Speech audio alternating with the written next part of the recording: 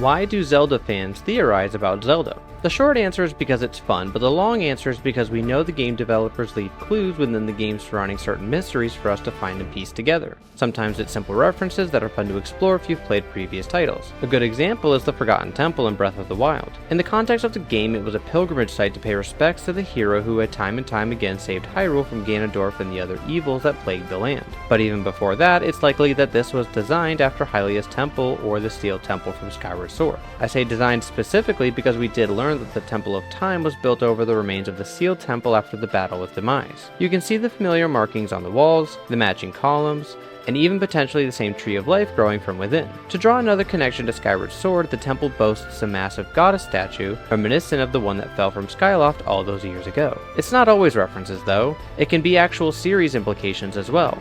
This is why the timeline matters. The original 6 games were all on a single linear timeline.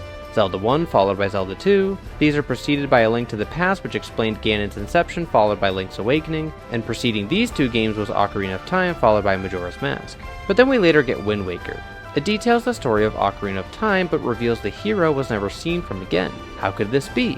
We just saw him in Majora's Mask. As it turned out, Hyrule ended up becoming flooded. We had come to learn at this point in the series that when evil faced Hyrule, the fated hero would appear to save it. So why didn't he appear this time? Because in Ocarina of Time, the hero is transported out of this timeline. This was a separate timeline. It changes the way we view the world.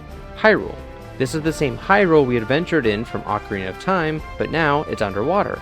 How? Why? What's Ganondorf doing here? These questions start flooding in, no pun intended. See, we find theorizing and discovering fun. It's amazing that the game developers put in the time and effort to build out these illustrious worlds.